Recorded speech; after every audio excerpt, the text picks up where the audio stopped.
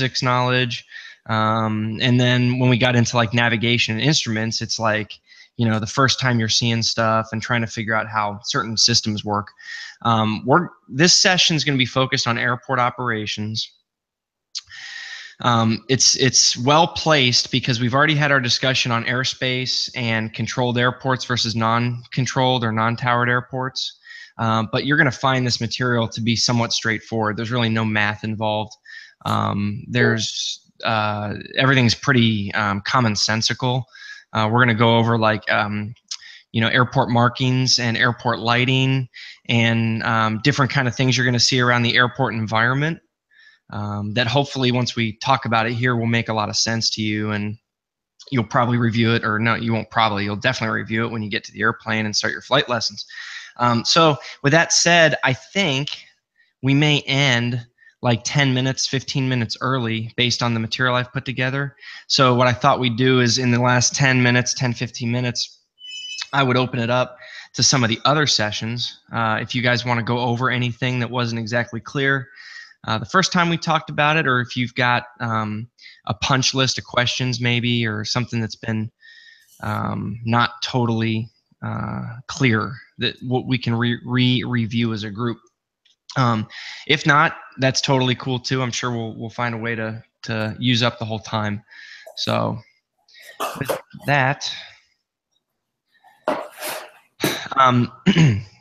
a quick refresher on our towered versus non-towered operations. The towered airports will of course be the blue colored airports on your sectionals, and the non-towered operations will be the magenta. We've talked about that over the last few sessions. And then of course your blue colored airports can either be a class Delta like on this chart here, a class Charlie like San Antonio, or a class Bravo like Houston Hobby, for instance, or DFW or IAH. And if you had a chance to view the Thursday session on air traffic control, you also now know that at the towered blue airports, you're going to be coming in contact with ground controllers and tower controllers as part of the air traffic control system. Whereas at the non-towered airports, the magenta airports, you'll be on Common Traffic Advisory Frequency, or CTAF. For instance, Lockhart Airport here, which is northeast of San Antonio, has a CTAF frequency of 122.8. which all pilots tune in on to self-report their positions and listen in for general traffic advisories. So right off the bat, from an airport operations perspective, the blue towered airports differ from the magenta non-towered airports because you've got air traffic control on your controlled airfields who basically are accountable for running the show from an aircraft movement and traffic perspective. And in the magenta airports, of course, each pilot is going to be self-reporting, so it's up to the group of pilots using the airspace to maintain a level of traffic safety. Also, if you watched the Thursday session, we went over the ATIS information, automated terminal information service. That will be available at your blue tower controlled airports, where you can gather your weather and non-traffic movement information. Likewise, at the magenta colored airports, you will not find ATIS. You will instead find what's called automated weather observation systems, or automated surface observation systems, ASOS and AWOS, to get your weather information. And this is kind of an intro to ASOS and AWOS. We're going to spend an entire session here in a week or two talking about weather data sources. But for now, just know that if you're going to be flying into San Marcos Regional Airport, which is a Class Delta controlled airspace, you're going to tune into their ATIS or potentially AWAS, depending on what they have. You'll find 9 times out of 10 towered airports will have an ATIS. But if you're going to be flying into Lockhart, you're not going to find an ATIS. You're typically only going to be finding an AWAS or an ASOS. And depending on how small the airport is or what kind of operations they have, if it's a magenta colored non-towered airport, you may not even have this. So you just have to check out the chart supplement for the airport you're going into.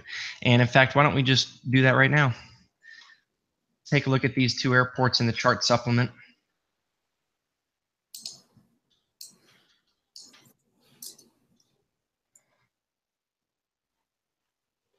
And while I'm doing that, I'll kind of explain. The reason your non-towered magenta operations do not have ATIS is because ATIS is either a expensive automatic broadcast or a system that broadcasts automatically, or you actually have a human who records a message on the hour every hour. And a lot of times at your smaller non-towered operations, you don't have that person to manage that. But let's go to San Marcos and see whether we're going to be using a ATIS or an ASOS or an AWAS.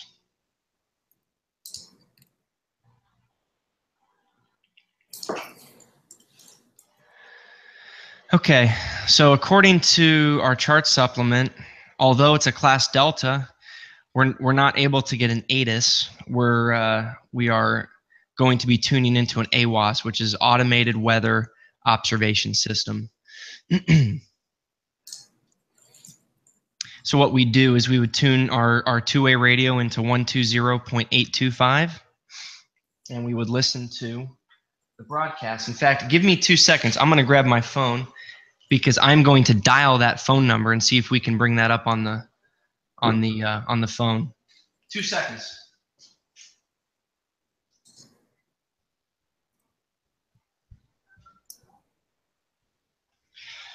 A lot of these ground stations will have telephone numbers that you can call in, like if you're planning your flight.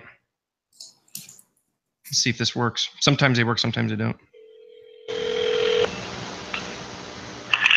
San Marcos Information Hotel, 1748 Zulu, wind 19007, visibility 10, sky conditions clear below 12,000, temperature dew point missing, altimeter missing, Austin altimeter 29993. Visual approach in use, landing and departing runway 17. Notice to airmen, caution for parachute jump into the French Texas Airport 8.5 miles southeast of the San Marcos Airport at or below 14,000. For IFR clearances, contact San Marcos Ground Control 120.12. Advise on initial contact, ATIS information, hotel. Okay. Were you guys able to hear that okay? Yeah. Okay. So this is kind of a funky one. You really don't run into this too often, but I was a little surprised to see that this Class Delta airspace does not have an ATIS. But when you dial in their AWAS, they give you an ATIS broadcast information, whatever it was. I didn't catch it. Delta? Yeah, was it Delta? Uh-huh. Yeah. So likely what happens is when you dial in on the AWAS, if the tower is in operation, if there's a human being there able to record, they're going to give you an ATIS broadcast. However, when you dial into Lockhart, let's check out Lockhart. Just by looking at the chart, I'm gonna go on a limb here and say Lockhart probably does not have any automated weather. 50 Romeo, but let's prove me wrong here. Sometimes if it's not on the chart, you're out of luck. The chart's pretty good about listing it. Yeah, no weather communications for Lockhart. So we're gonna have to pick another one. Let's pick I'm just going to pick this one because no, it has one. Granbury, Texas, which is southwest of me, about 30 miles. Okay, so you can see Granbury has an AWAS.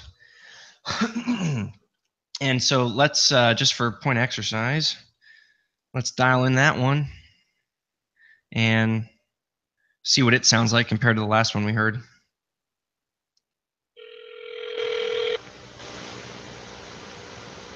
Runway 14.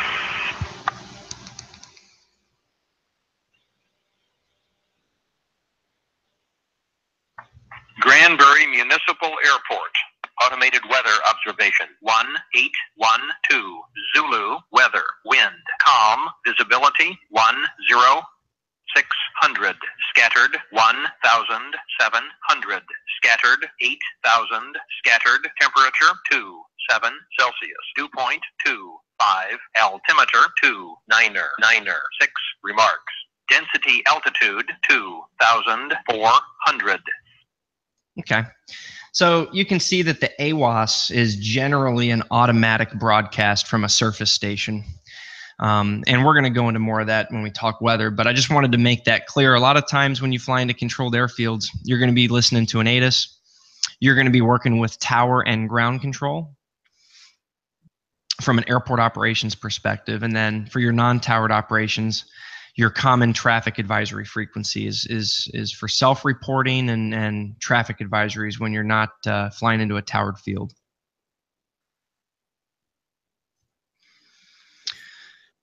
Now, regardless of whether you are operating in or out of a towered or non-towered airport, your traffic pattern is going to be an extremely important and well-practiced element of your piloting. Traffic patterns are used at both towered and non-towered airports. You will typically get a lot of traffic pattern practice during your training at non-towered airports due to the ease of maneuvering, less traffic, etc. But I'm going to talk just about some of the general elements of a typical visual flight rules traffic pattern. Each leg of the pattern is given a name, and the name is always in reference to the wind. If you guys remember a couple sessions ago, we discussed how we always take off and land into the wind. So assuming in this scenario that the wind is traveling, call it west, you're always going to be landing, taking off to the east. And so the traffic pattern leg names are named accordingly. So we've got the upwind leg, the crosswind leg, the downwind leg, and base and final. Now, base leg is always on a crosswind, and final is always on an upwind. However, due to the location in the approach and landing sequence, the crosswind leg closest to your landing spot is always called your base, and the upwind leg closest to your landing spot is always called final approach. Whether you're in a right-hand or left-hand pattern, you will use these words. I'm getting a little bit of feedback. One of you guys want to jump on mute? Yeah, let me see. Yeah, I'm just getting I'm hearing myself talk. So, you could draw this pattern in the opposite direction and have a right-hand pattern, but it would still have the same pattern names. So this would be your crosswind, your downwind down here, base, and final.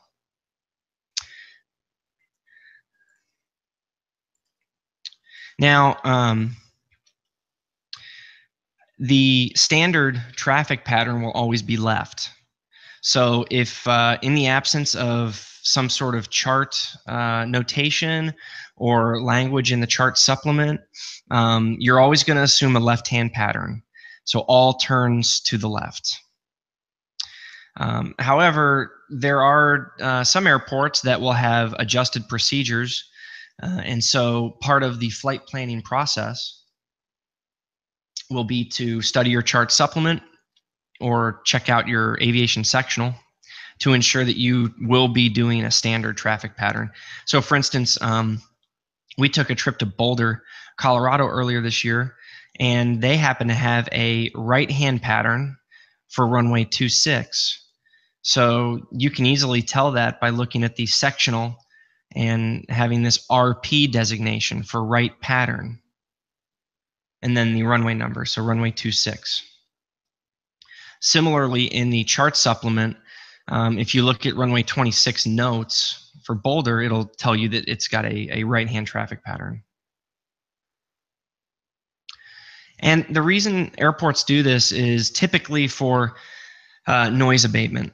So in the case of Boulder, the town was kind of to the southwest of the field, and for a left-hand pattern on 26, you'd be flying over the little town, and they wanted to avoid that, so they wanted you on the north side of the field for a runway 26 approach to landing.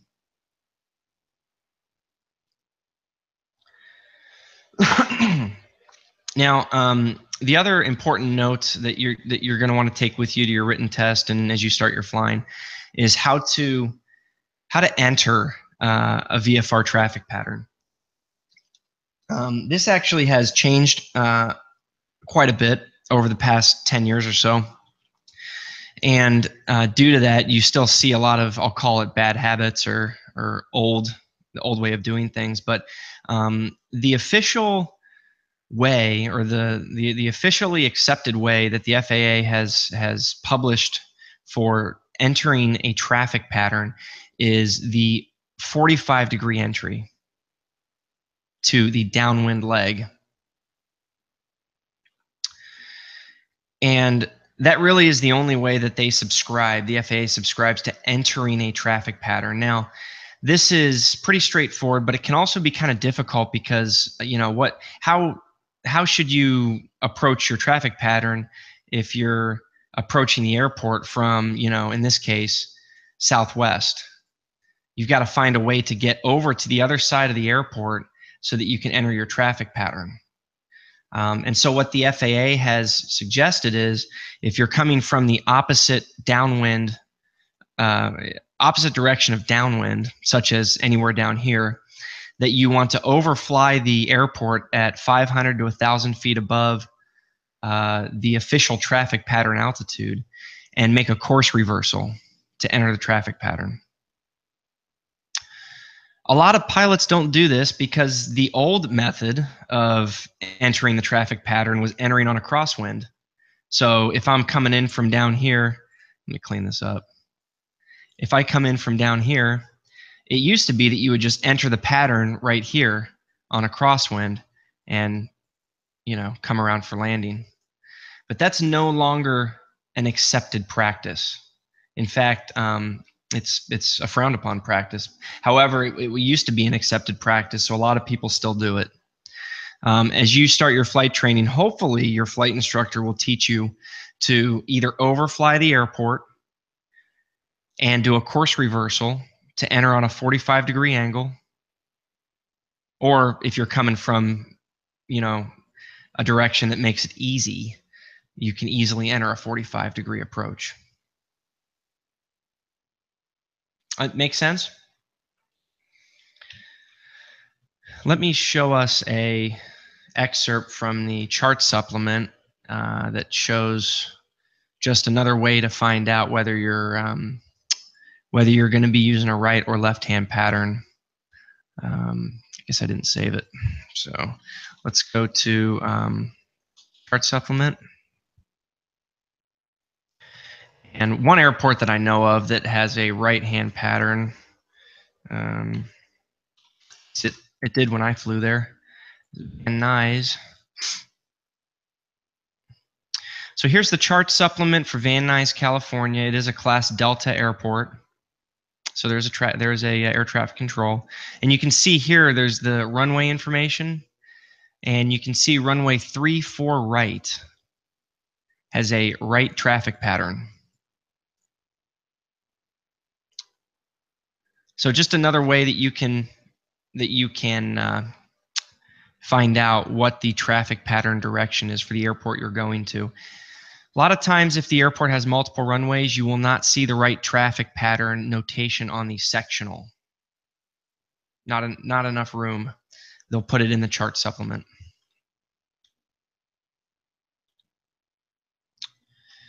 Okay.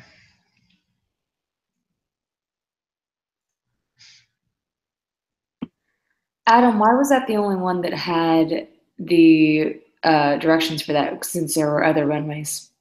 So you will always assume that an airport has a standard traffic pattern or a left-hand traffic unless otherwise noted.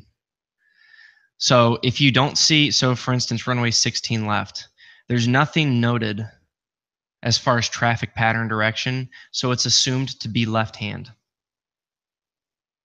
Got it, thanks. Yep.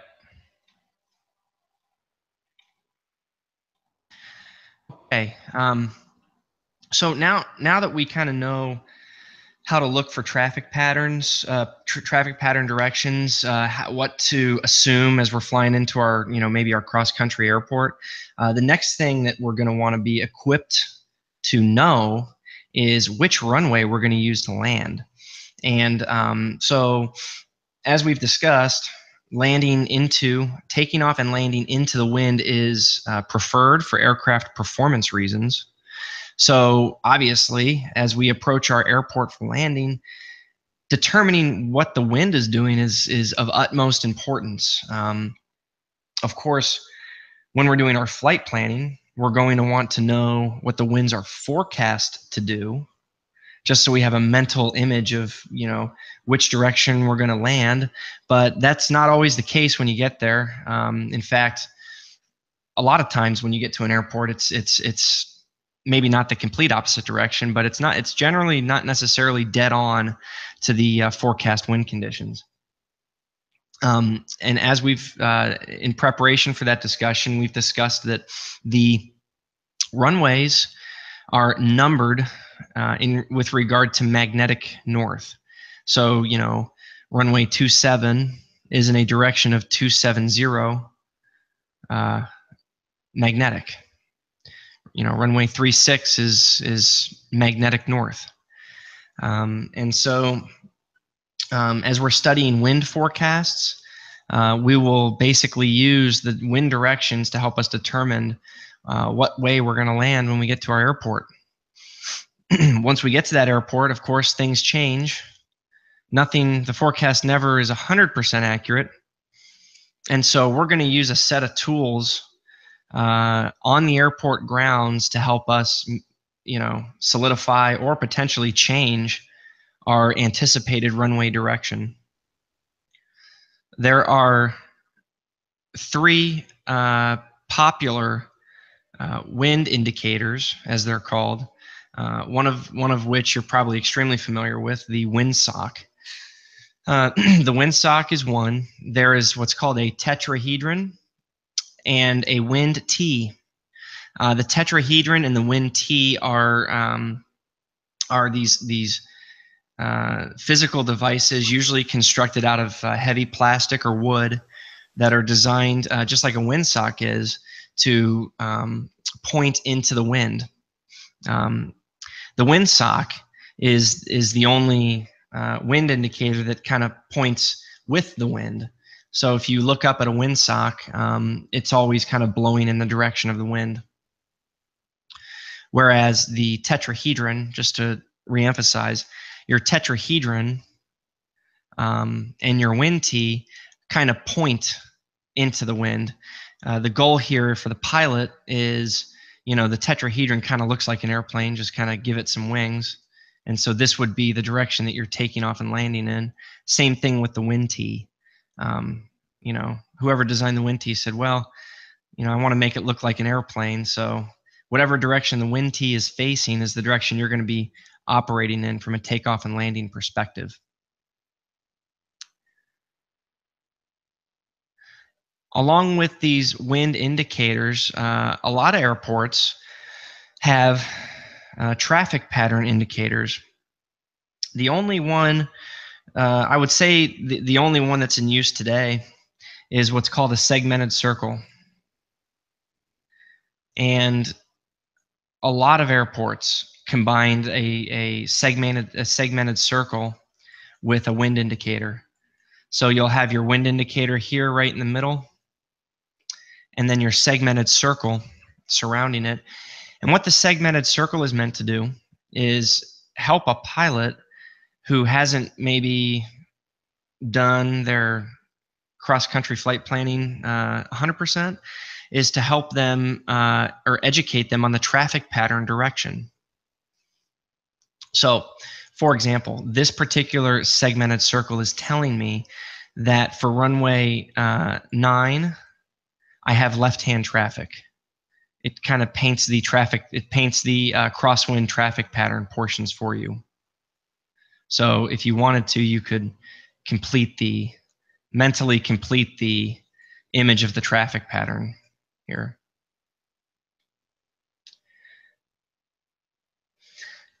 On the other side, for runway 27, this segmented circle is telling me I've got right-hand traffic. Why? Because it's giving me a base leg over here, and all I have to do is complete the traffic pattern. So if I'm landing runway 27, I'm going to mentally complete the traffic pattern, and we will be right-hand traffic for 27 in this case. Adam, quick question for you. Yep.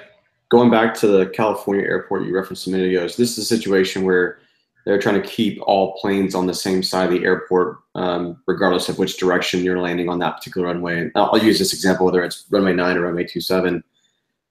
If this weren't the case, would the left hand be for 27 would that be shaped downwards, I guess, and it would be on the opposite side of the airport? Yeah, no, that's exactly right. So if 27 had a left-hand pattern, yeah, this would be here. This wouldn't be here. And exactly, and you would complete the mental image of the traffic pattern starting here, here, and then all of your turns would be left-hand in this case. Okay, cool. Yep. That's what I thought. I just wanted to verify. Right. So always start with when you're looking at the lines on the segmented circle, always start with the runway number, the runway that you're going to be landing on, and to your point, take note of where that little leg is pointing off of. So do this for me. If we're going to be landing runway 36, is it going to be a right-hand or a left-hand pattern?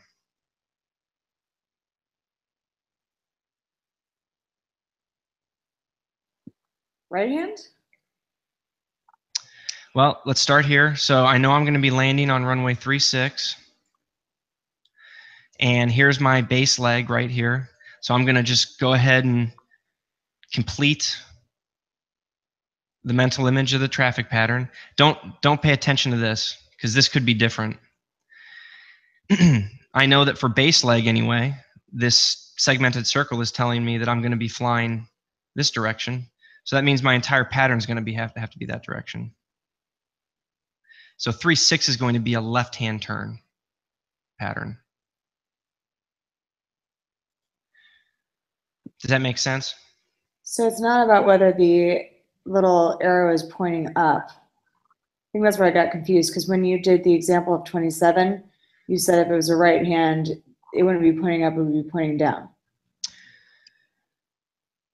Other way around. On the 27 example, if it was left hand, it would be pointing down.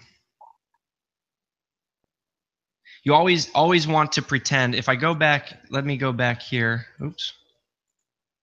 Back to our standard traffic pattern. The little legs on that segmented circle are your base leg. Here's your runway. So those little legs are your base leg, and is a starting point for you to draw your mental image of the traffic pattern. So if this was a segmented circle, let's say this is runway 9 here, and this is runway 27. So if I was drawing a segmented circle for this particular traffic pattern, then here's my 9, here's my 27, My base leg in this particular example is right here, and we're making left-hand turns. So I would draw my little segmented leg like this. On the 2-7 example, if we just turn all these airplanes around, so if this airplane's turned around going this way, this airplane's turned around going this way, and then we're turned around here, signifying a right-hand pattern, then the little leg on my segmented circle would be going up right here. Why? Because my base leg is right here. Got it. So the vertical is always the base. Yes. The horizontal is always the runway. Always the runway. You got it. Thanks. Yep.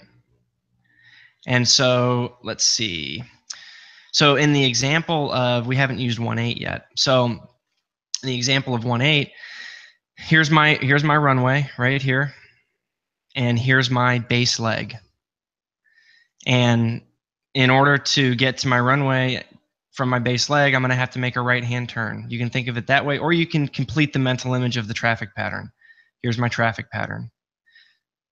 To get to runway 1/8, it's going to be right-hand turns the whole way.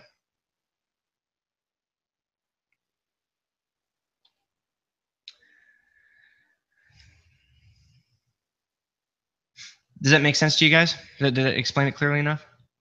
Yes. Okay. Yes. Cool. Here's just a couple pictures. Some airports have like multiple wind devices. Here is a wind T on the ground. This one appears to be lighted with blue lights for nighttime operations. And then we've got our windsock over here. You can see both of these appear to be operational. Looks like the wind is kind of, blowing in this direction in the picture, general direction. So you got your windsock pointed in the direction of the flow, and you've got your wind T pointed in the direction of upwind, so pointed into the wind.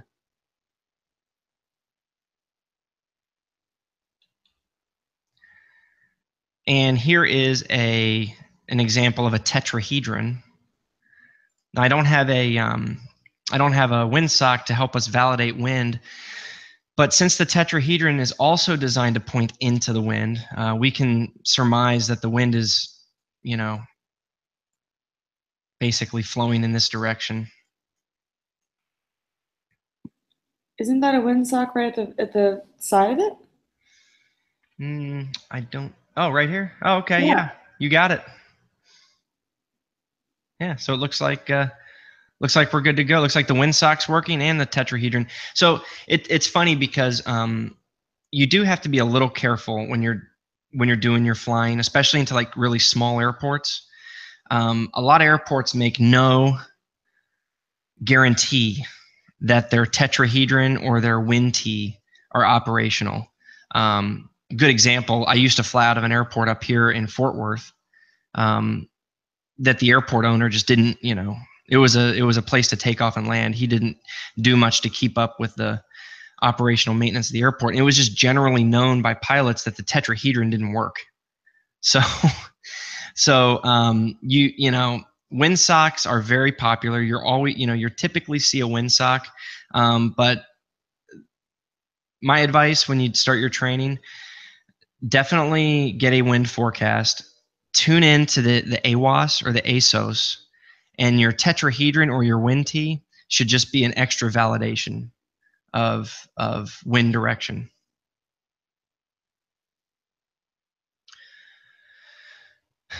You can see this picture also has some traffic pattern indicators on it.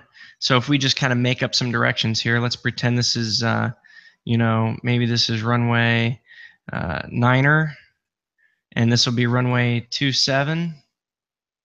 Well, then we know by looking at our the little base legs on our segmented circle that we're going to be left traffic for runway 9er, and we're going to be right traffic for runway 27.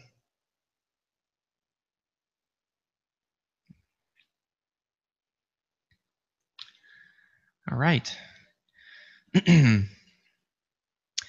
So, a lot of times your flight instructor, when you guys start your flight training, is going to endorse overflying the airport when you first get there to make a determination of these two items, the wind direction and the traffic pattern direction. It's an extremely safe way to aviate, especially on unfamiliar airports.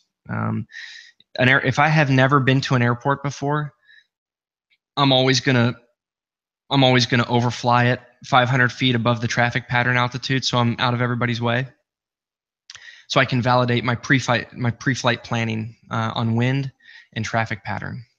If I see something that's totally different than what I found in my pre-flight planning, then that'll help me not become a nuisance in the pattern. I'll be able to utilize the right runway and the right traffic pattern.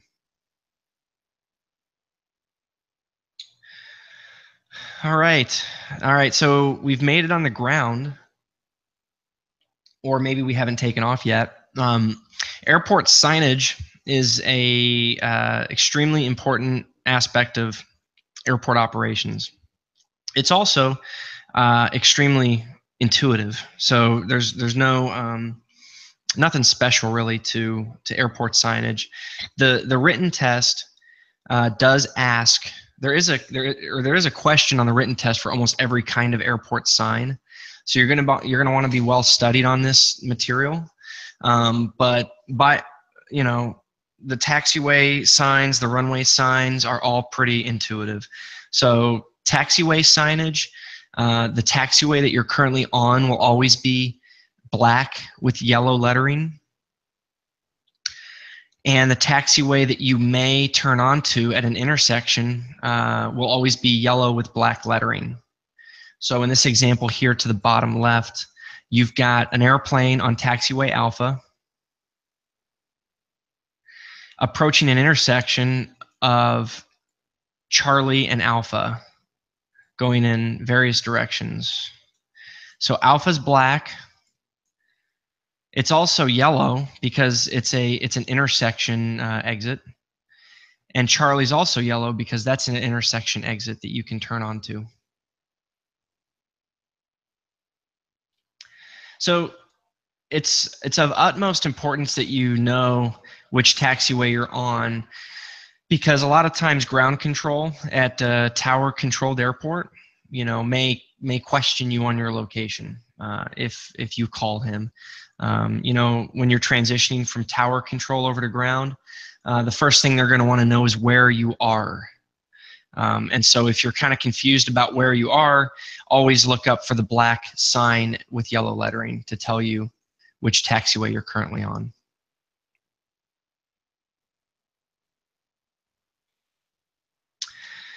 Now, the taxiway signage goes very well with a taxiway diagram, especially at unfamiliar airports.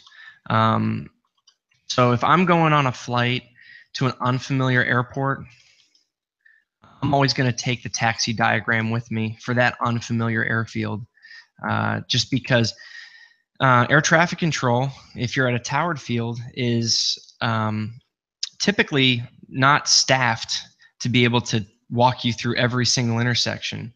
And so it's of utmost importance that you have the ability to navigate,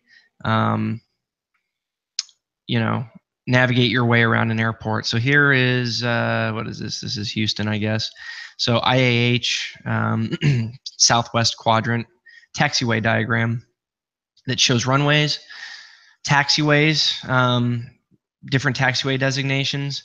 Also, they make an attempt to help you with different areas of the airport, like transient parking, cargo, the main terminals, etc.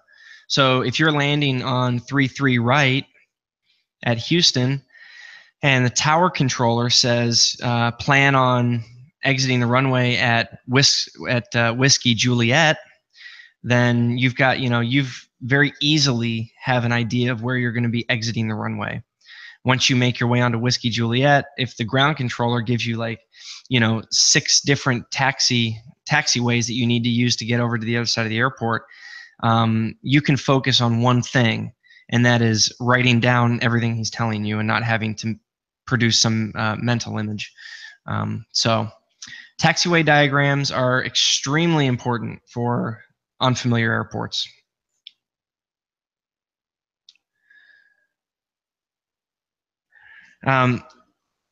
Beyond the taxiway signage and the taxi diagram, the next thing that we will want to keep in mind as we're operating around the airport are what's called hold positioning and do not enter and closed markings. Essentially, areas of the airport that you do not want to go on unless you're specifically cleared or have have a clearance from air traffic control or some other reason to go there. The first very important airport marking is what's called a hold position. Hold positions are used to separate taxiways from runways, also to separate runways from other runways if runways cross, and to separate like tarmac or terminal areas from taxiway areas. This is the FAA's attempt to ensure that aircraft that have the right-of-way maintain the right-of-way through visual means. So if you've got a runway, here's my runway, and you've got a taxiway coming off that runway, there's going to be a hold, what's called a hold short line. This hold short line right there at the entryway to the runway, because they want to make sure that the runway traffic has right of way over the taxiway traffic.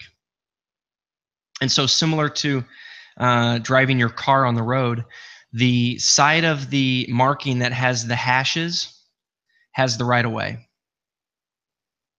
The side that has the double yellow is called the hold side. So if you approach this this marking on the airport pavement from the hold side, you do not have the right of way. You have to hold. If you're approaching it from the right of way side, you have the right of way. You can transition. And so let's just, while we're on hold markings, let's just look at some like real examples here.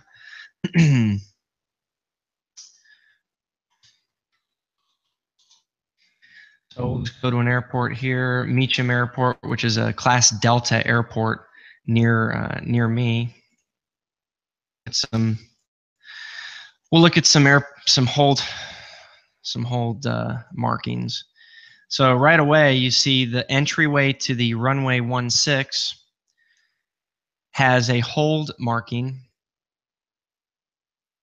separating the taxiway from the runway. You can see the taxiway side has the double yellow hold lines, and the runway side has the hashed transition lines.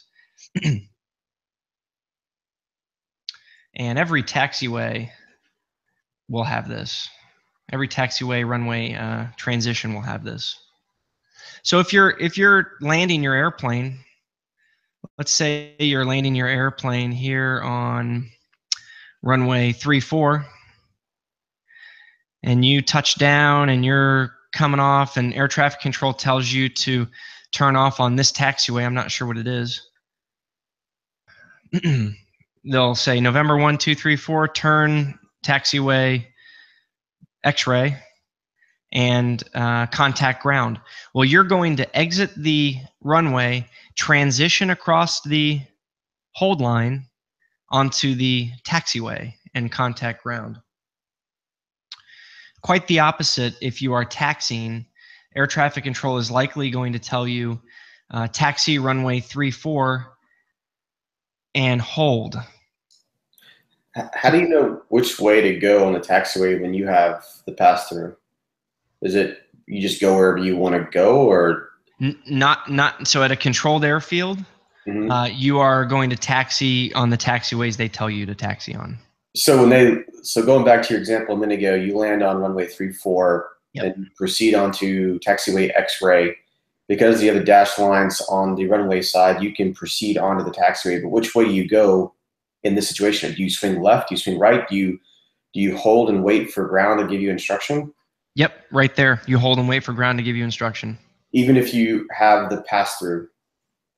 Yes, because if the pass through only allows you to transition the hold line. It does not authorize you to take a left or a right or go back to the parking area. It only allows you to transition. You transition. Your aircraft sits on the hold side. You contact ground for further clearance. Got it. Okay, that makes sense. Mm-hmm. Now, sometimes at Class Delta airports, like Sugarland, for instance, if they're not busy, the tower controller will give you a whole set of taxi instructions, like even before you leave the runway. And I guarantee that that's going to happen if you guys are flying out of Sugarland, I guarantee that's going to happen. You're going to land runway 34, and they'll say, November 1, 2, 3, 4, exit taxiway X-ray, cleared taxi to the ramp via taxiway Alpha, Bravo, Charlie, and stay with me. Meaning just stay on the tower frequency. So the official method is you will be handed over to ground after you transition the hold line. However, based on air traffic control workload, the controller has the authority to give you any clearance they want. So he may give you a full taxi clearance even before you leave the runway. What he won't do, the one thing that he will not do, and the one thing you will not want to do as a pilot is stop here, like turn off the runway and stop on the runway side of the hold line. That will not happen. So they will want to get you across that hold line as expeditiously as possible.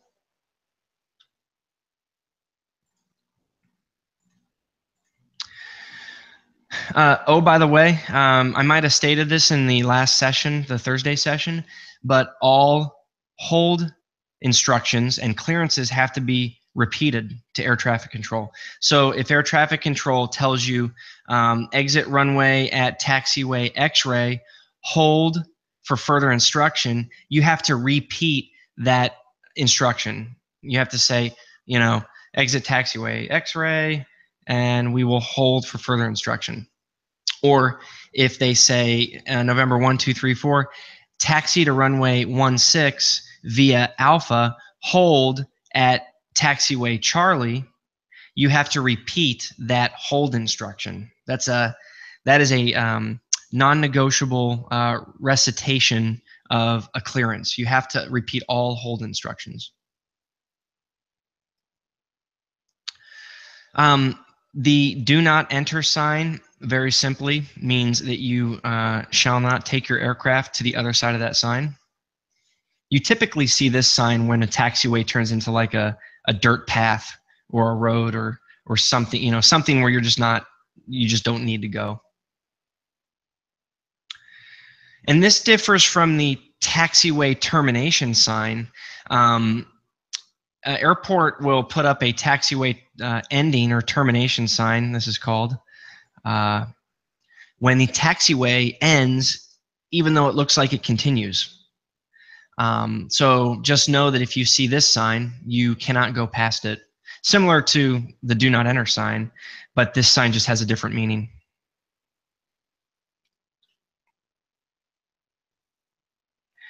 And then as far as more do not enter signage or do not go there signage, closure signage is typically denoted with a yellow X. So like a closed runway or maybe a taxiway that's temporarily closed will have a yellow X. So that as you're coming in, you know, maybe you're landing and you see that runway 4 you were planning to land on based on all your pre-flight planning, wind forecasting. Well, now that you've done your fly over the airport, you notice that runway 4 is closed, so you can no longer use it.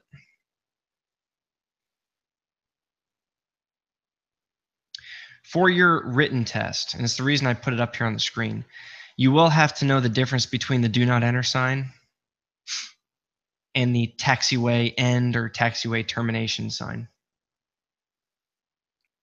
As similar as they seem, it's important to know that the taxiway termination sign kind of gets its name because the taxiway typically looks like it continues. At least that's how it's used in practice. So you're going to see a taxiway termination sign at that point.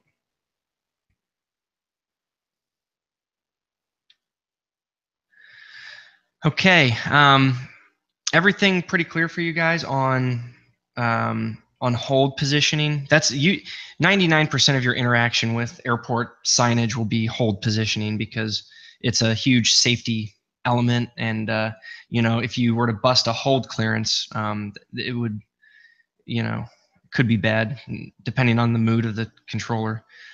So does the hold, the philosophy and the protocol around holding short and hold clearances make sense? Yep. Yes. Okay. Runways. We've already had a pretty good discussion on runway markings. If you guys remember, we talked at length a few sessions ago about displaced thresholds and you know, blast pads. I think blast pad is probably the slang term. I'll have to look up the real term, but you know, the yellow chevron area, your blast pad, as we talked before, your aircraft cannot go on that, takeoff or landing. However, a lot of runways have what's called a displaced threshold, which is a portion of the runway that is available for takeoff, taxi and takeoff. However, not available for landing. And then you've got this line, which I want to make a point of it because it is on your written test. It's a question that I think I got wrong every time I took a written test. So I want to make sure you guys don't get it wrong. Is what's called the demarcation bar. That is the identifying airport marking that tells you takeoffs can occur on the other side of that bar, and if in certain circumstances where maybe the threshold is on the other side of that bar, landings can also take place on the other side of that bar. So your demarcation bar is on the approach end of the runway, and it basically separates where you can and cannot operate the aircraft, depending on whether you've got a threshold or not.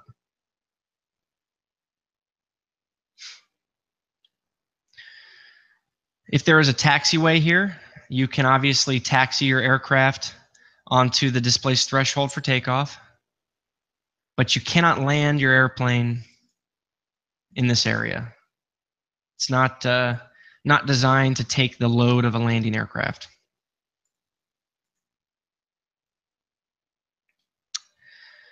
And furthermore, just to talk a couple notable runway markings that you'll want to become familiar with.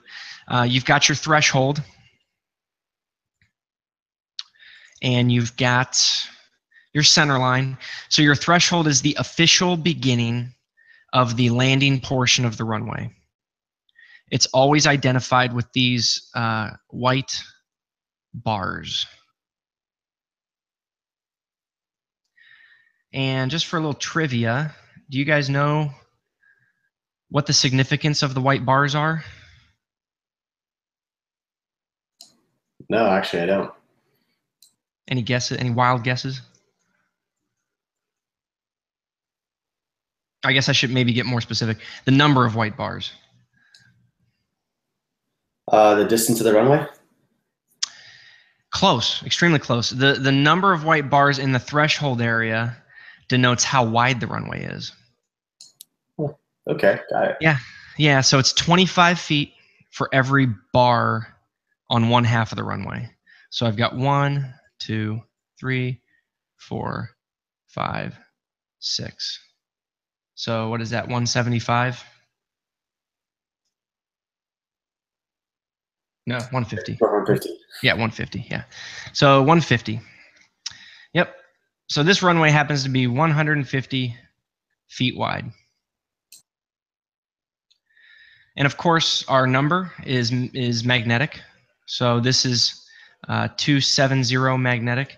And I should probably point out, I think I said this in the last session, the one we recorded on Thursday, but it's magnetic plus or minus 5 degrees. So, I mean, the real magnetic direction might be like 272 or 273, but this is to the closest, they round it down to the closest 10.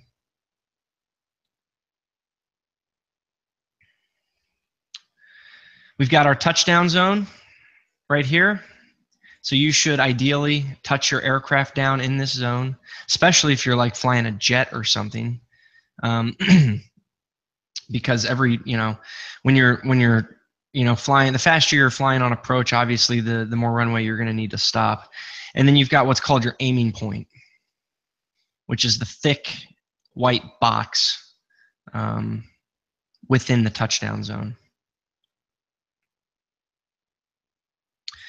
Important points to kind of just keep in mind is the threshold bars, 25 feet for every, and your touchdown zone is important. You're going to want to touch your airplane down in that zone, and if you're dealing with a pretty short runway, even if you're flying a Cessna 172, performing a go around or not landing your airplane and actually taking back off is always in the back of your mind if you can't make it down in the touchdown zone.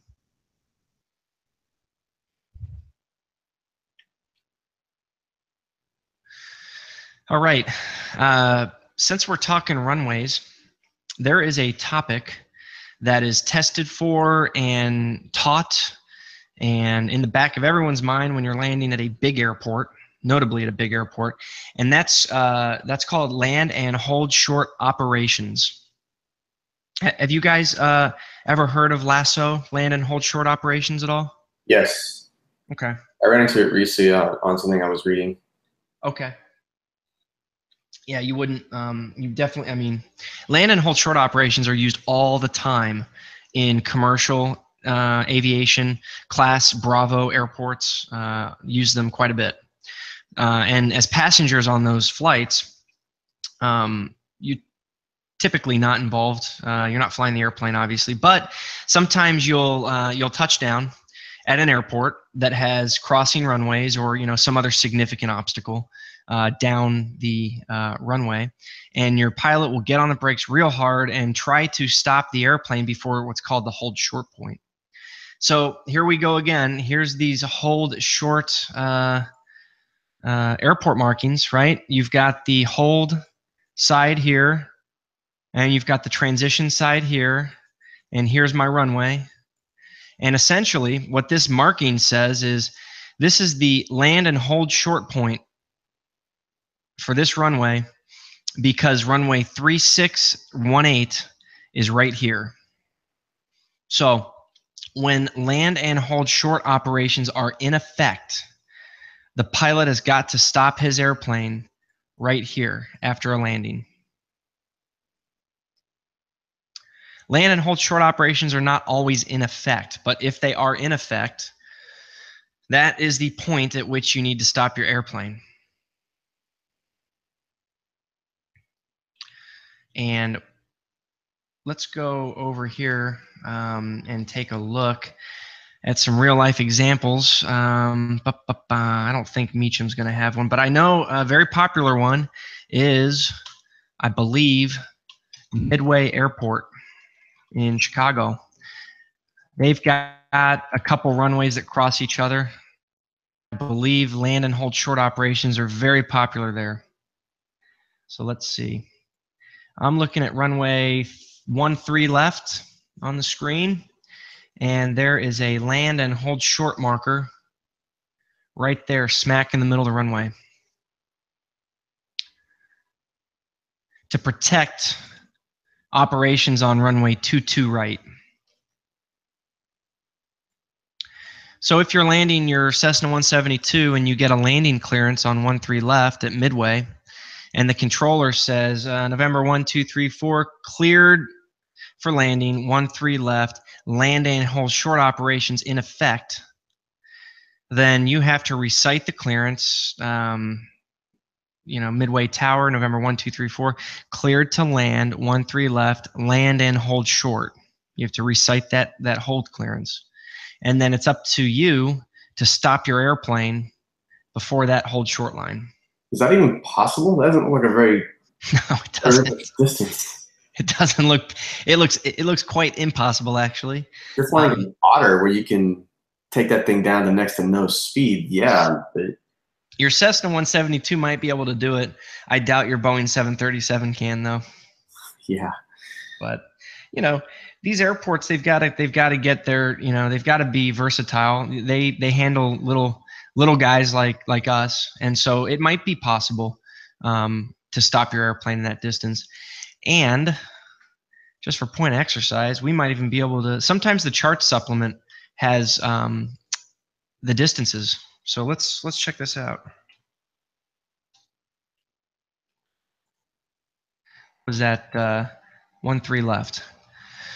All right. Let's see.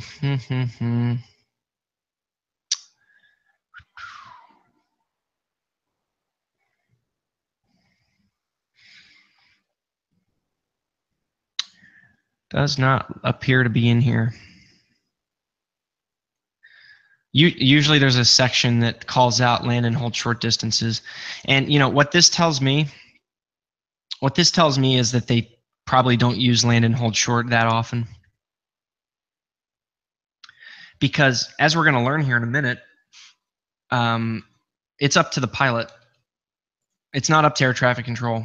It's up to the pilot to acknowledge the land and hold short clearance, and it's up to the pilot to stop in that distance. And so as a pilot, as a pilot in command, to Alan, to your point, I'm going to want to know what that distance is, right? If I know that my airplane can stop in like 600 feet, so long as I freaking, put it right down on the numbers, and I don't know that distance, I'm probably not going to take that clearance. So, so on that note, just a couple pointers and a couple things that you're going to definitely see on your written test. First of all, student pilots should not participate in land and hold short. Now, I put this on here because it's on the written test explicitly. There is a question that asks if student pilots should participate or not. There is not a regulation that states it. It is a test question that is of suggestion in nature, but it is not regulatory in nature. However, I don't want you guys getting this wrong on your written test. So just remember, land and hold short, unless you're a certificated pilot, you should tell the controller that you are unable. To my earlier point, which Alan, you generated this discussion, the pilot in command, the PIC, has the final authority to accept or deny a land and hold short clearance. If the controller tells you that land and hold short is in effect, you can deny that clearance. You can say unable. November 1, 2, 3, 4, unable to land and hold short. And then that controller is going to have to make a decision. He's going to have to decide to let you land, or he'll tell you to go around. And that decision will be based on whether or not you're going to be able to cross that runway or taxiway or whatever the hold short is in place for. So typically land and hold short data is published in the chart supplement. Midway didn't have it, but we're going to look at an example here in a minute. And there is weather requirements, and this is on the written test. You're going to want to know this. The weather requirements for land and hold short operations are a minimum of 1,000-foot ceiling and a minimum of 3 miles ground visibility, statute miles. So if you're approaching an airport for landing that you know has land and hold short operations, and the weather is above 1,000 foot and 3 miles visibility, just know that you may be asked to participate. Let's look, looks like I've got Long Beach called out here. So let's take a look. So, okay, so here's Long Beach Airport in California. And they actually have their hold short procedures published. So if you're, if you're doing your pre-flight planning and you're looking through your chart supplement and you kind of know from your weather forecasting and your wind forecasting that you're going to be using, runway 7 right. Let's say that the wind's out of the east, so you'll probably be 7 right or 7 left. Just know that you may be asked to stop short of runway 1230, which is this long crossing runway. And here's your available landing distance, 3890. So if I'm flying my Cessna 172, which based on my performance charts has a landing distance of, whatever it is that I figure out, 1,000 feet, 800 feet, I know that I will be able to participate in this land and hold short ops.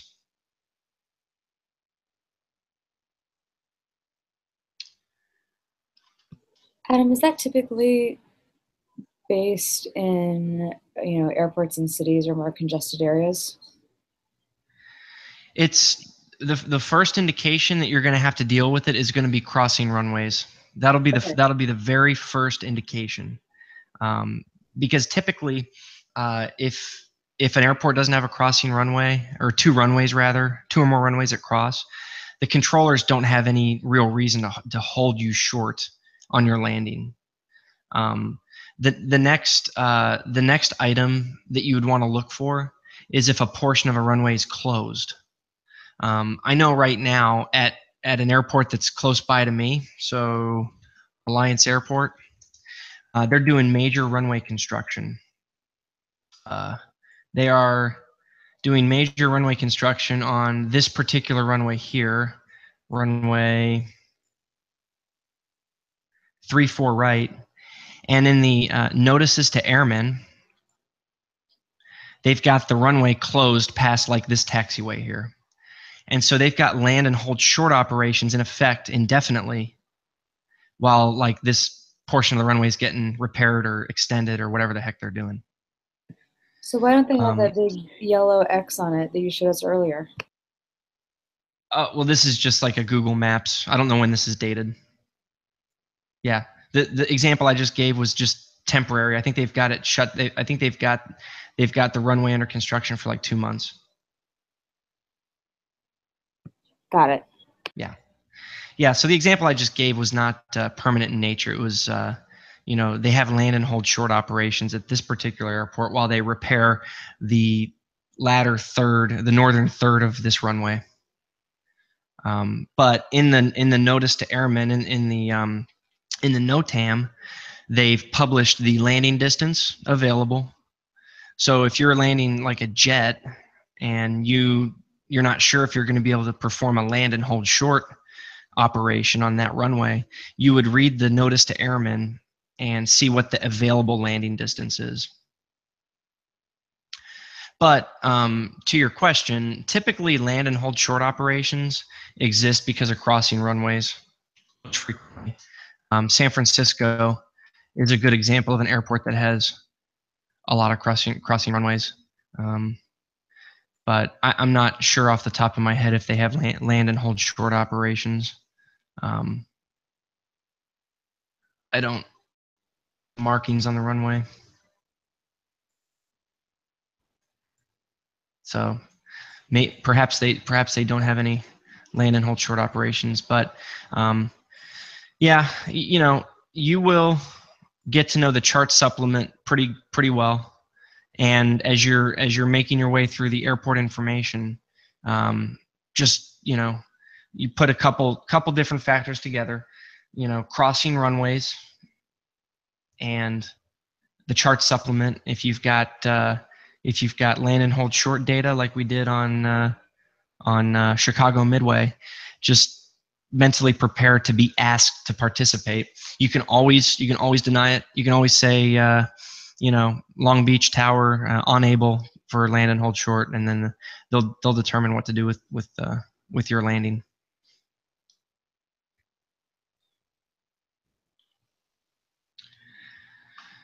Okay, and then just kind of 3 high-level points to keep in mind for your written test. Student pilots not encouraged or should not participate. Pilot in command has the final authority, so you can accept or deny it. And then the weather requirements are 1,000-foot minimum ceiling and 3 miles minimum statute visibility.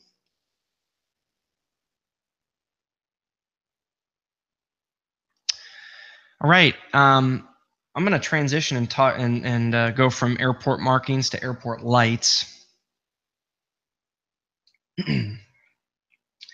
When you guys start your flight training, your instructor is going to tell you that it is required that you have some night training in your logbook prior to getting your certificate. I believe it is 3 or 5 hours, one of the two, of dual instruction at night. Flying at night is a whole lot of fun. Typically here in Texas, the air is smoother because it's not so darn hot out at night. And there's maybe surprisingly a whole lot, there's tends to be a lot of traffic in the sky at night that you can see as you're flying around. So it's a lot of fun to fly at night. Airports have standard airport lighting systems. And the first that we're going to talk about here is the beacon. Actually, the beacon is kind of fun to talk about, not to get too geeked out or anything.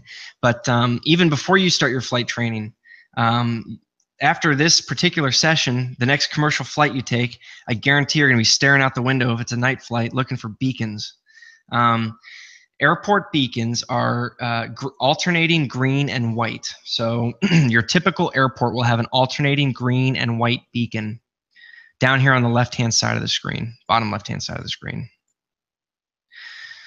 So as you're flying along at night and you're looking out into the dark mass of the horizon, you see these little specks of green and white alternating light. That means that there is a civilian land airport right there. Back in the day, that's how people found airports at night before VORs and now GPSs. Today, as you're flying at night, you're going to kind of use the beacon to just double verify that there's an airport there. You'll use your GPS or your VOR or what have you.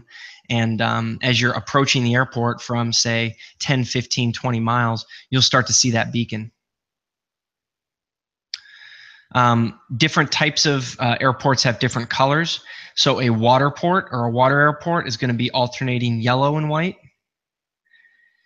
A heliport is going to be alternating tricolor, yellow, green, and white. And a military airport will be alternating tricolor, white, white, green. And quite frankly, the yellow in the heliport and the water port is more of an orange, to be totally honest with you.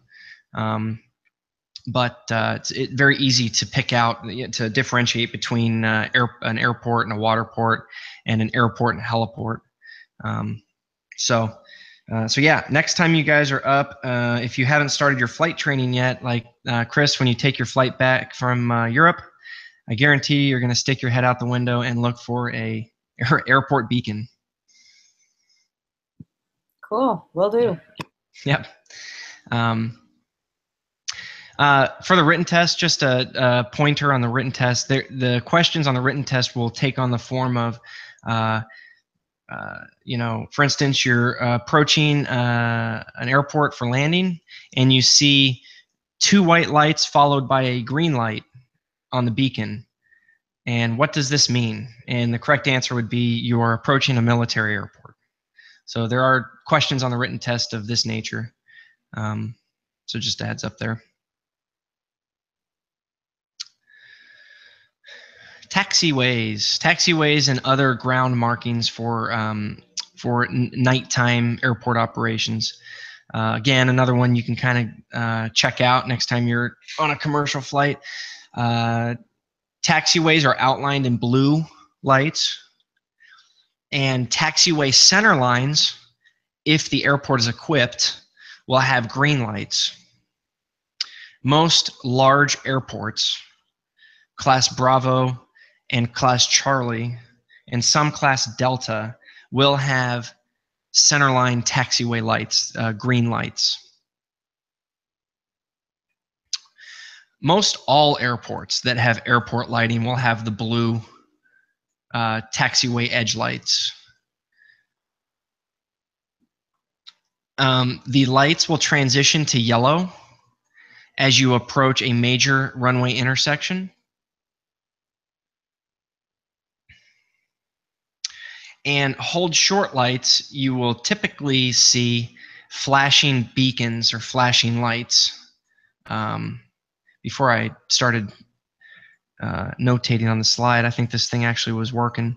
But you've got these yellow flashers that will indicate a hold line in case, just as a double check, in case you're not paying attention to the ground where the hold lines are. Most big major airports, Class Bravo, Class Charlie, and Class Delta will have those alternating yellow flashers. Class Golf airports, the non-towered, uncontrolled airports, is kind of a mixed bag, to be completely honest with you. Most all of them will tend to have the blue taxiway edge lights. You typically will not see green taxiway center lights.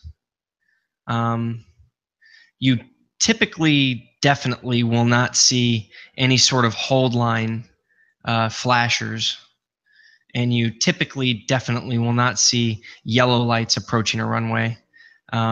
So at the smaller non-towered airfields, you're typically only seeing the blue taxiway edge lights.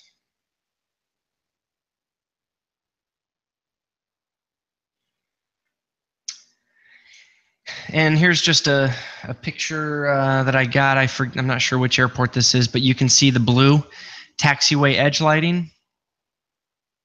And you see the flashers, these yellow flashers here, which means that there's a hold line right there. Just kind of a double verification to catch the pilot's attention that there is a hold line there.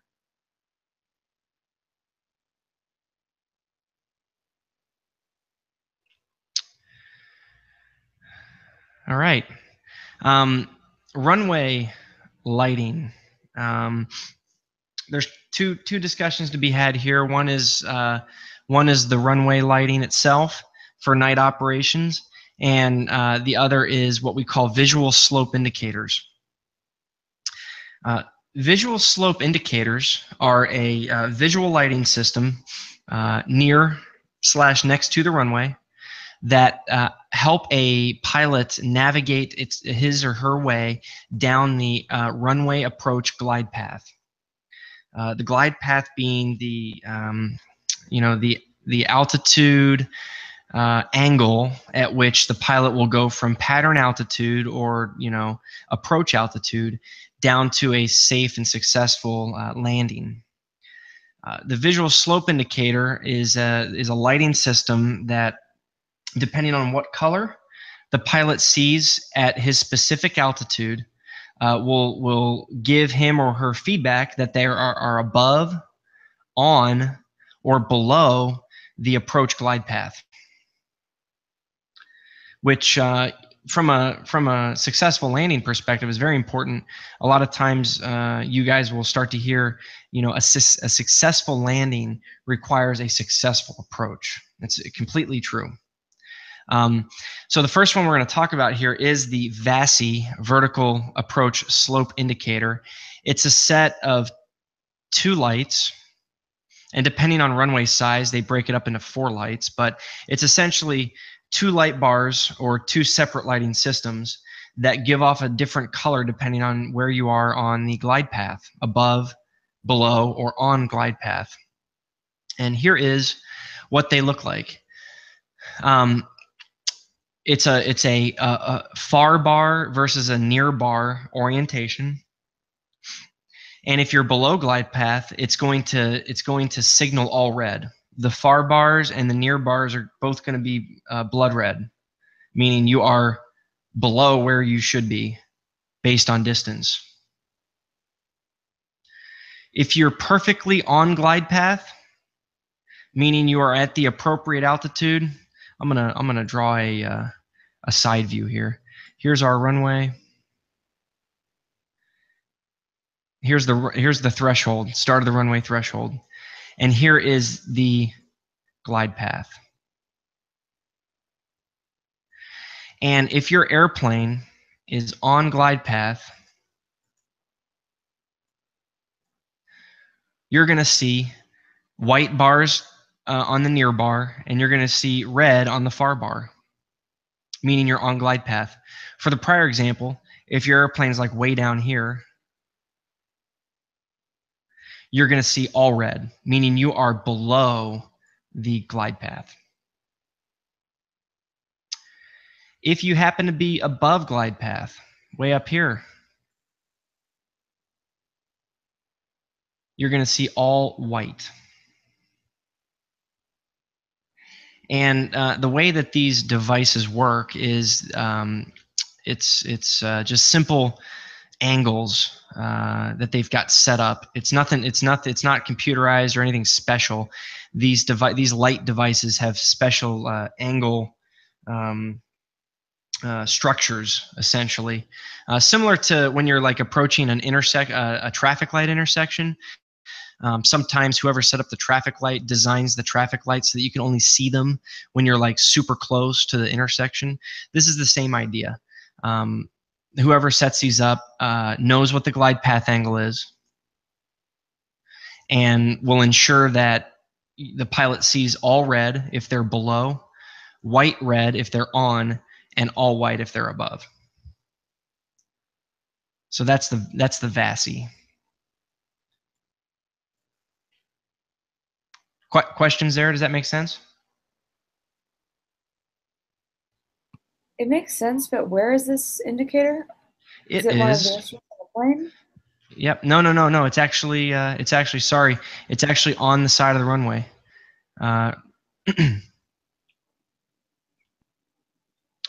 So in this example, it's maybe a little difficult to see. Let me zoom up. In this example, you've got white up front and red on the far bar. So whoever's taking this picture is on glide slope.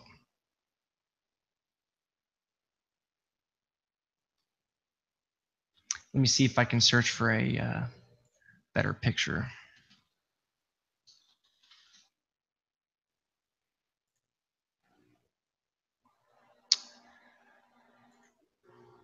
So here's a two light VASI right here. So you can see the lights are off to the side of the runway. And on the left picture, the pilot is below glide path, so it's all red. In the middle picture, the pilot is on glide path, so it's white and red. And on the right picture, the pilot is above glide path, which you can kind of see because it looks like he's like looks like he's going to miss his landing threshold. So it's all white. So it's physical lights on the side of the runway. Thanks. And who's controlling those lights?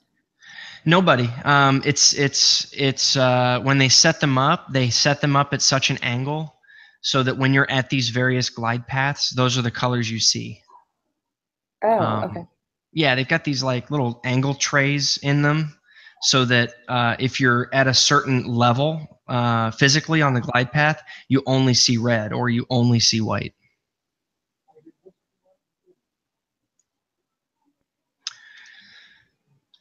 So that's the VASI. VASI is not the only type of visual slope indicator. There's also what's called a PAPI, a precision approach path indicator. And this is it's technically a VASI, it's a visual slope indicator, but will give you more precise information. It's not going to give you below, on, or above. It'll actually give you a couple different iterations of on, above, and below. So, so it's going to give you the above, the too high, all white indication. It'll also give you the slightly high indication with just one red. It'll give you the on glide path indication, 2 red, 2 white, slightly low, 3 red, or 2 low, all red. So it's the same as a VASI, but it gives you a little bit more precision, which is why they call it the precision approach path indicator. And I actually saw a picture while we were searching. Here's the PAPI right here. Oops. There we go. Where am I going? So there's the PAPI right there. You can see this particular pilot has 1, 2, and 3. I would call this third one here red. So he's slightly below glide path. This outside one is white. So to correct for this, the pilot's going to have to increase his altitude, stop his sink rate, maybe add power, so that he gets 2 red and 2 white to indicate that you're going to be on glide path.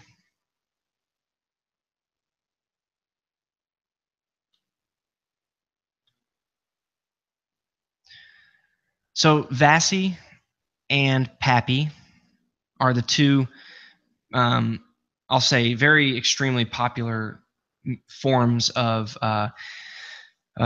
vertical guidance indicators. You'll run 99% of the time. You're going to run into either a PAPI or a VASI in your flying. So just to reiterate, below glide path is all red for both the VASI and the PAPI. On glide path for a VASI is the near bars are white, the far bars are red, and above glide path is all white for the VASI, both near and far bars. For the PAPI, it's all white is too high, similar to the VASI, all white is too high, and then you've got your step down. 1 red is a little bit too high, 2 reds is on glide path, 3 reds is a little bit too low, and all reds is too low, is way too low. Fair deal? Does that sink in with you guys? Yes. Yep. All right. So to add a little bit of confusion to the whole thing, and I say confusion because this is one of those things that I guarantee you'll find very you'll find this very difficult to find in real life. I've never come across this, but it will be in your written test. The tricolor and the pulsating VASI. Tricolor and pulsating visual approach slope indicator. So similar to how the other ones work, this is also a light system that's right next to the runway. And depending on what color you see from the cockpit will indicate to you where you are on the glide path.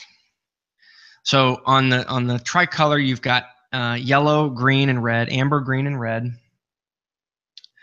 A green indication means you're on glide path. Amber means you're above, and red means you're below. And then due to the nuance of how this system works, in between on and below will be a little sliver of amber. So if you fall below glide path, you'll see amber for a split second, and then it'll go red to indicate that you're below glide path. And then the pulsating, which I couldn't even find an example of a pulsating system when I Googled it, to be completely honest with you. But I'm sure there's probably some out there. The pulsating system uses red and white, like the VASI and the PAPI, but they have this, they have this pulsating rhythm or schedule to help you determine where you are on the glide path. So if you're on glide path, you're gonna see a steady white. If you get above glide path, that steady white will start to pulsate. Will start to, on and off, on and off, on and off. If you go below glide path, the steady white will turn to red, and then if you go further beyond and below glide path, it'll start to pulsate. It'll on, off, on, off.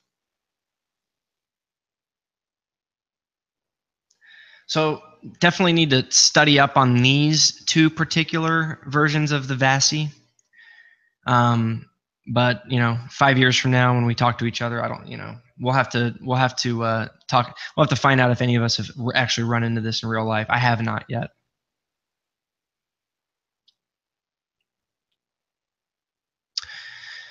Okay, I've peppered in just a few more things that are important to know as it concerns airport operations. A couple of these things, to be quite honest with you, are maybe more useful outside of ground school, probably more useful to learn when you get into the airplane, but might as well touch on them here so that you're, at least when you do it for the first time in the airplane, you can say that you've seen it, you've learned about it.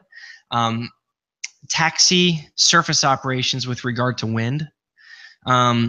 Takeoff and landing are not the only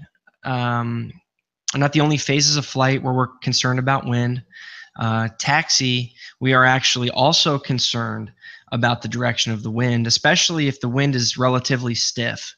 To ensure safe ground operations while the aircraft is in motion on the ground, it's important to align your ailerons in a certain direction, depending on where the wind's at. Now, if you remember, our ailerons are these control surfaces on the airplane wing right here.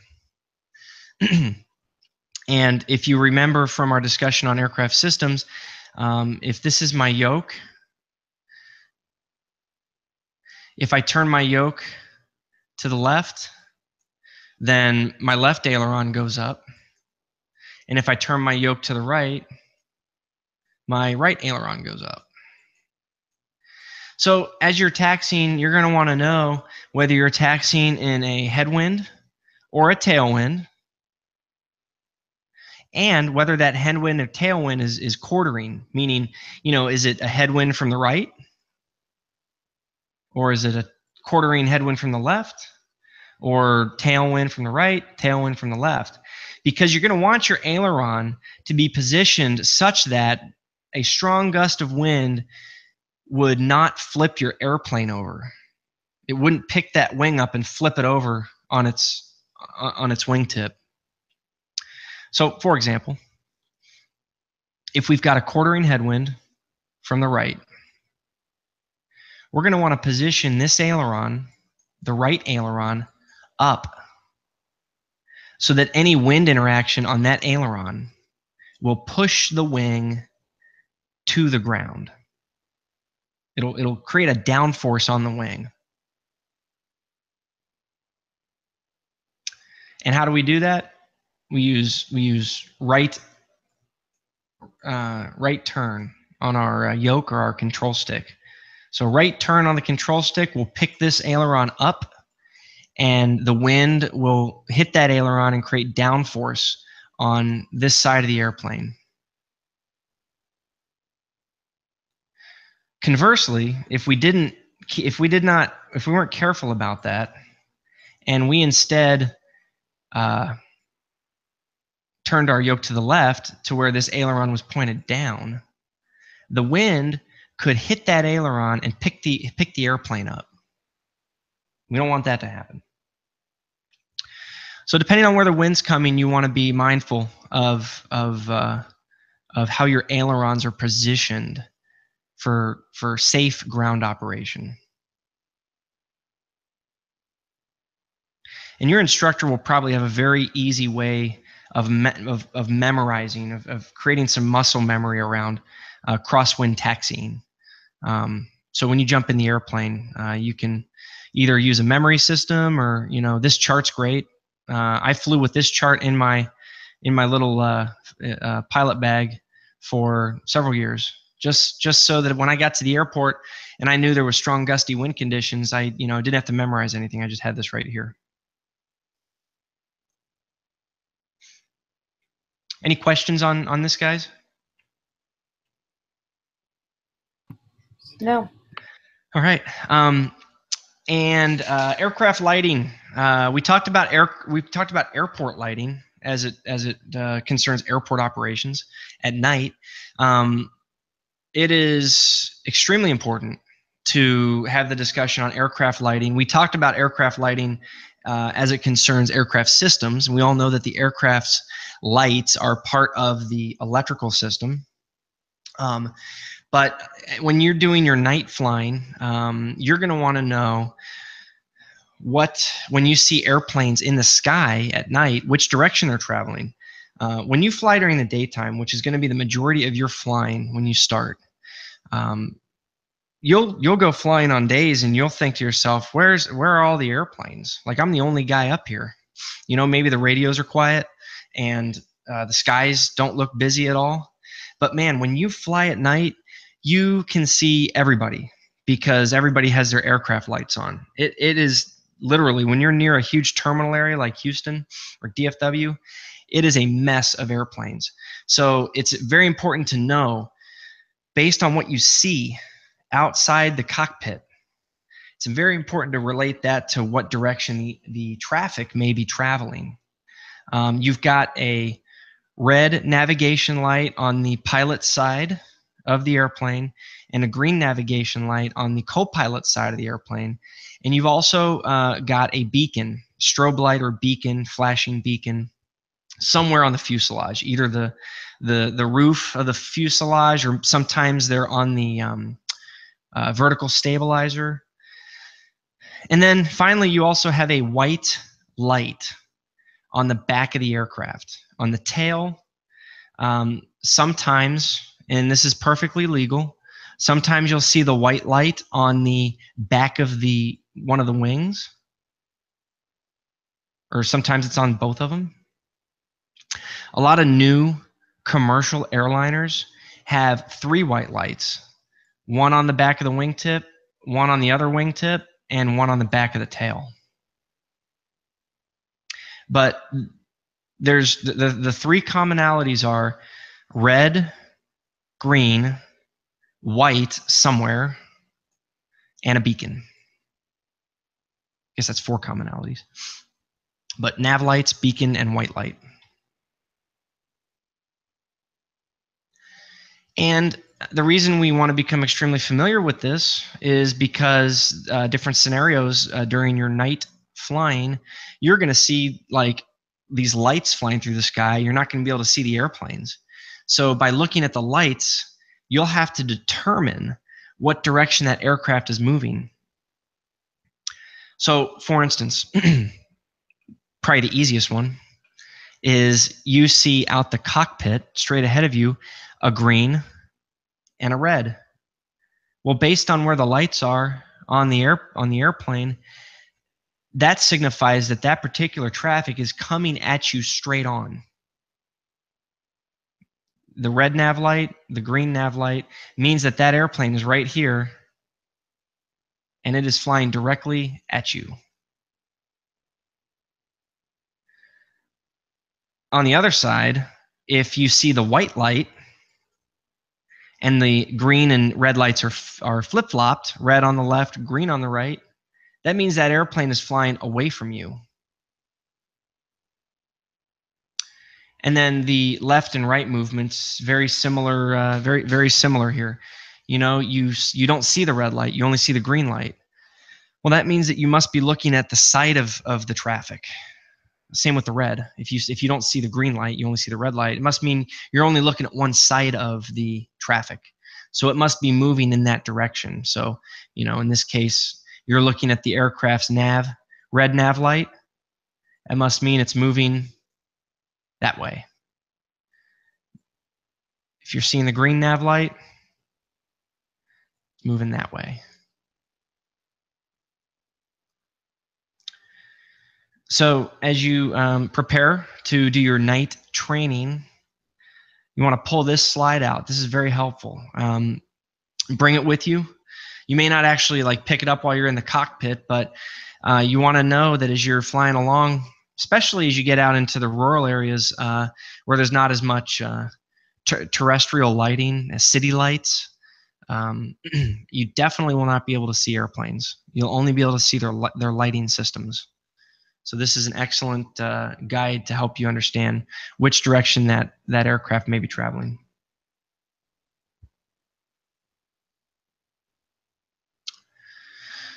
The regulations surrounding aircraft lighting are the navigation lights, the red and the green Christmas lights must be used between sunset and sunrise. So official sunset and official sunrise are actual published numbers. And by regulation, you must use those that lighting system between those times. This not necessarily a regulation, but this is a suggestion from the FAA, and this shows up in your written test. Your landing light should be used within 10 nautical miles of an airport or in reduced visibility. So your landing light, and I didn't have this on the prior slide, but your landing light is a light that's used, to no surprise, during landing. And so on this 757, there's his landing light right here. It's on the nose gear structure. Your Cessna 172 landing light is going to be on your wing out here. And if you're flying a low-wing Piper, it's going to be on the nose of the airplane. But your landing light suggested use within 10 nautical miles of an airport, or if you've got reduced visibility. And you guys remember I mentioned the beacon. So on the 757 on the picture, here's his beacon right here on the underside. And on this Cessna 172, here's the beacon. And the beacon is a kind of a safety light and should be used whenever you're starting the airplane and during all operation. So from start to shutdown. The reason it's a good safety device prior to starting the aircraft is anybody who's within proximity of your airplane that could risk injury due to you starting your airplane will have visual notice that you intend to operate your aircraft. So always turn your beacon on for startup, and as you're shutting your engine down, I always leave it on during engine shutdown as well.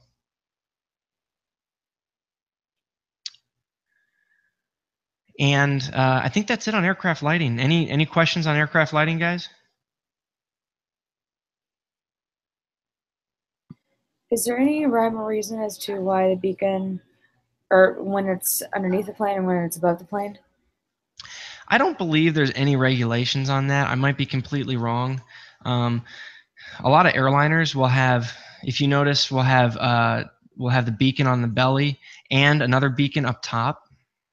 But from what I know, and I might have to check this, I believe only one beacon is regulatory. I think you only need to have one beacon on the aircraft. The reason that you see airliners have it on the belly a lot of times is for ground crews. It's extremely dangerous for ground crews to be.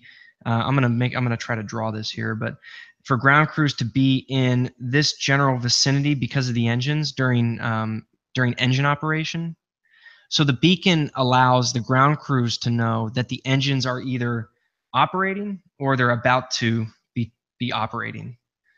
So that's why on airliners you'll find this beacon on the belly a lot of times. But it is visible in flight. So and on our general aviation aircraft, it's always typically you'll find them on the vertical stabilizer or on the ceiling on the roof of the aircraft is where I typically find them.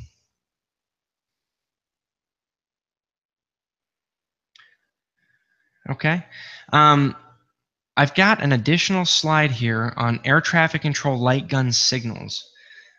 This was covered in the Thursday session that we recorded, and I sent the link out because it kind of crosses over into airport operations. It's an air traffic control topic, but it does cross over into airport operations.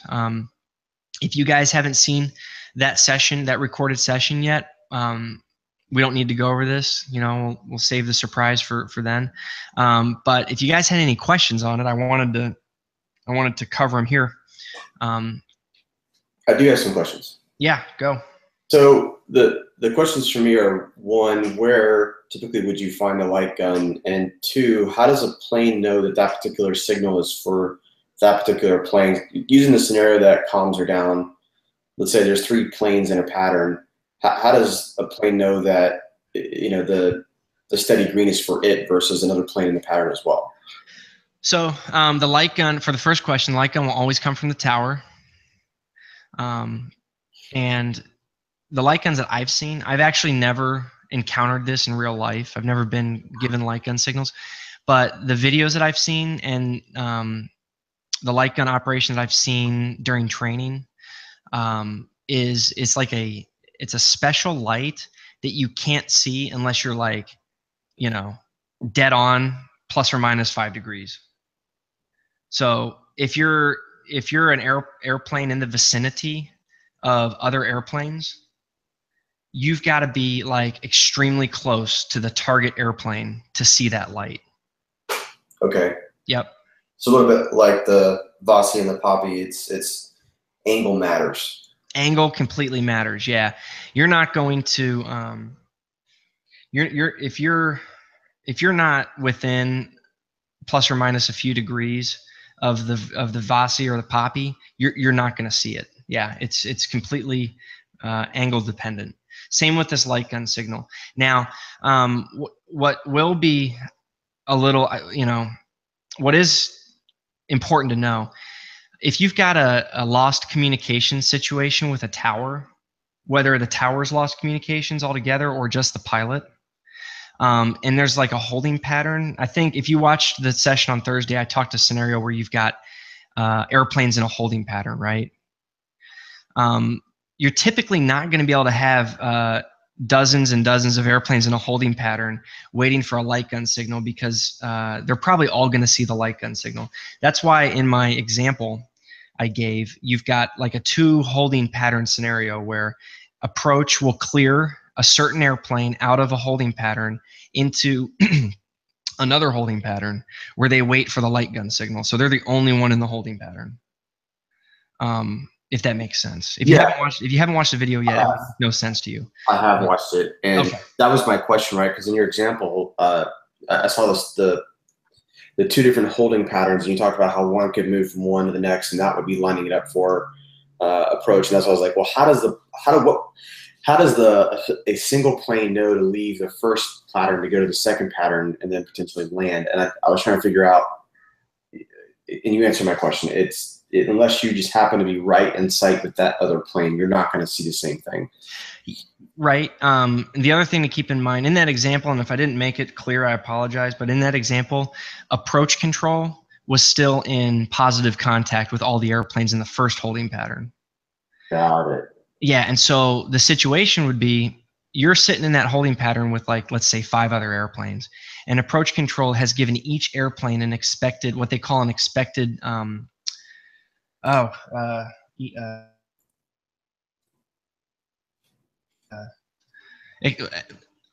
essentially an expected time to leave the holding pattern, right? And what'll happen is you'll get your expected time, and then when that time comes, air traffic control, approach control will say, November 1, 2, 3, 4, you know, transition to the next holding pattern. And then you'll go to that holding pattern, and you will be the only one in that holding pattern. That way, the tower signal, the light gun signal, will only be given to you, and you will be the only one that sees that. Got it. Yeah. Now, that scenario, I'll be 100% frank. I mean, shoot, I can't. That's a pretty crazy scenario. That's like a total lost comms scenario. I don't see that ever happening, but, you know, it could happen. And light gun signals are probably, if you ask your CFI, I'll be curious when you get into this with your CFI, ask him or her, what do you think about light gun signals? Do people, how well do people know them? And it's probably like the most forgotten fundamental, so. All right. That's the material. We've got, 7 minutes or so. I thought if we wanted to, and if you guys maybe had some questions on prior sessions material, maybe you're going through some of the quizzes or playing catch up with the reading and you're going through some stuff. If you guys had anything on the top of your head you wanted to talk about or anything specific, I thought we'd open the floor.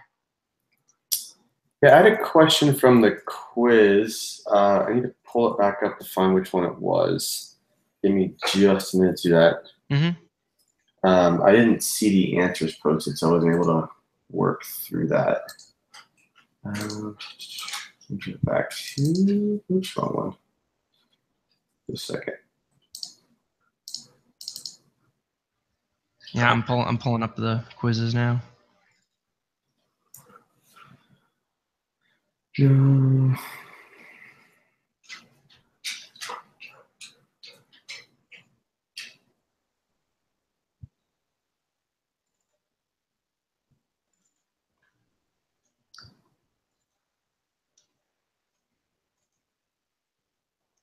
Yeah, I haven't posted the answers yet for air traffic control, so maybe it's that one.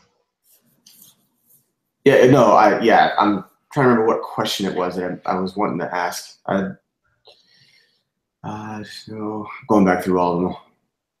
No. Oh, yeah, so no, I figured that one out too. Which one was it?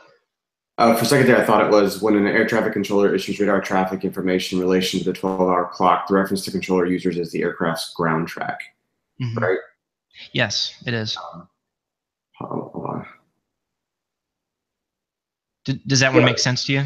Yeah, it does. I actually watched a video on that because it's not necessarily where the nose is pointing. It's specific, correct? If you're having a crab because of the wind, know that the heading is the ground track, not necessarily the nose of the airplane. Right. Yeah, because the controller's radar screen has no ability to tell which direction your airplane's actually pointed. It just knows that your radar return's moving in a certain direction. Yeah, so I think this was the one. From whom should a departing VFR aircraft request radar traffic information during ground operations? That's a good one. Let me find it here. From 3797 on the second page, top right corner. Okay. Yeah. All right. From whom shall a departing VFR aircraft request radar traffic information during ground operations? So if we think back to the session, there's essentially 1, 2, 3, 4 major air traffic control type systems, right? You've got your center, you've got your approach / departure, you've got tower, and you've got ground, right? Yeah. Yep. So center and approach / departure definitely have radar capability. Those are radar services. The tower, depending on their capabilities, may or may not have radar capability. I know Addison Airport that I fly out of up here has radar. Sugarland, I will bet, has radar, just because they're in the vicinity of a major terminal area. But not all towers have radar. So I would guess that just make a couple notes here. I would guess that tower probably doesn't have the capability. Just blanket capability. Clearance delivery is definitely not right, because clearance delivery is a frequency, and I probably didn't talk about this during the session, but clearance delivery is a frequency where you request your instrument clearance. And we're not getting our instrument rating yet, but if you had an instrument flight plan filed, you'd call clearance delivery to get your flight plan activated. ground control can be, and you'll have to tell me, I'm having trouble remembering. During the session, I might have talked about getting your VFR flight following in the air versus on the ground. Mm-hmm. So in this scenario, it looks like they're offering up the answer of ground control on initial contact. So this would be an example where you're requesting VFR flight following or VFR traffic advisories prior to takeoff. And in that case, ground control would be the correct frequency to ask for that on. Okay. So let's see if I'm right. I don't know. That's a tough one, because I'll be I'll be completely honest with you. If I contacted Addison Tower, the airport I fly out of on a routine basis, and asked them for VFR flight following, they would do it for me. So this is one of those things where not everything's like cut and dry, right? Sure. Let's pull up the answers. Oops.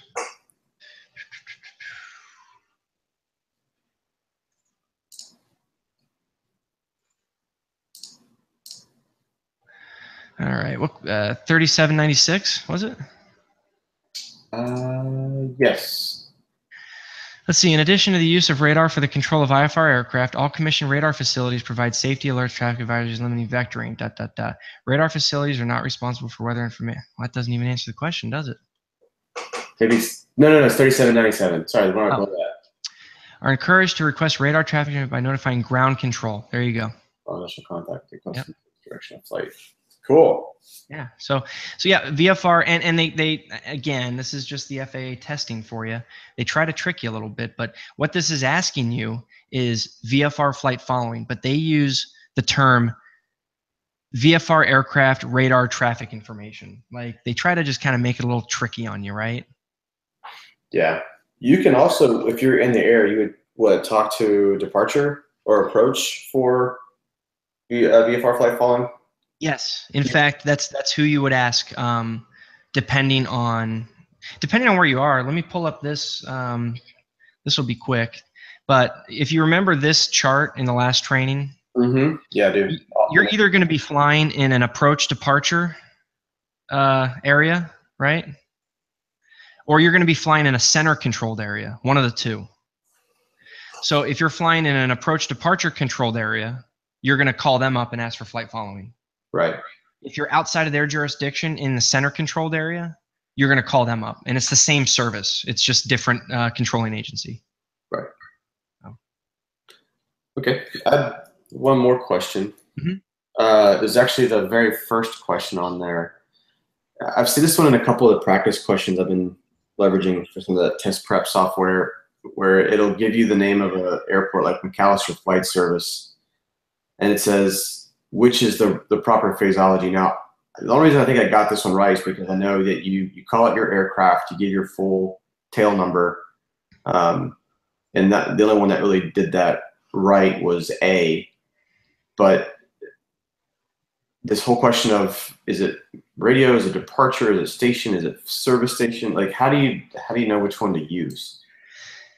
Yeah, so right off the bat, you thought of this the correct way, because the FAA, the person who wrote this question, is trying to trick the heck out of you.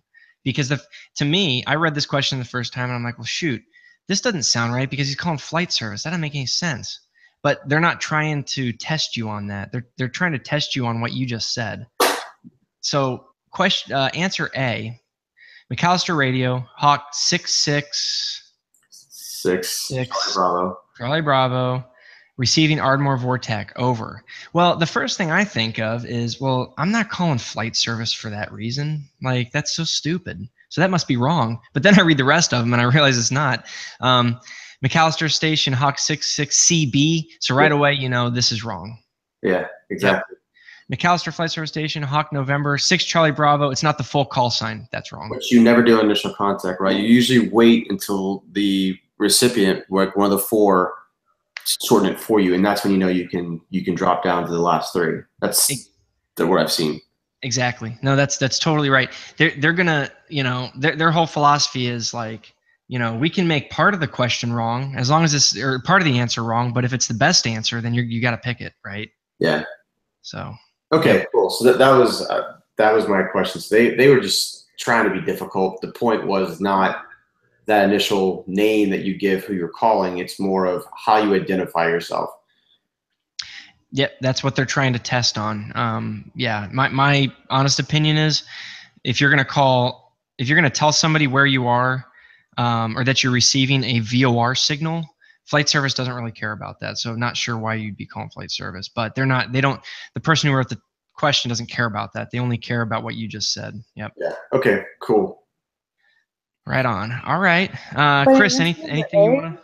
In their answering A, aren't they missing the November? So you do not necessarily have to say the November. By regulation, the November is not a regulatory requirement. Okay, so you can just go in with the number. You can go in with the number, but just like from an applicability standpoint, the controllers do appreciate when you use the number November, because it indicates to them that you are not airline traffic. If you use airliners do not use their registration number, November 666 Charlie Bravo. They use their flight number.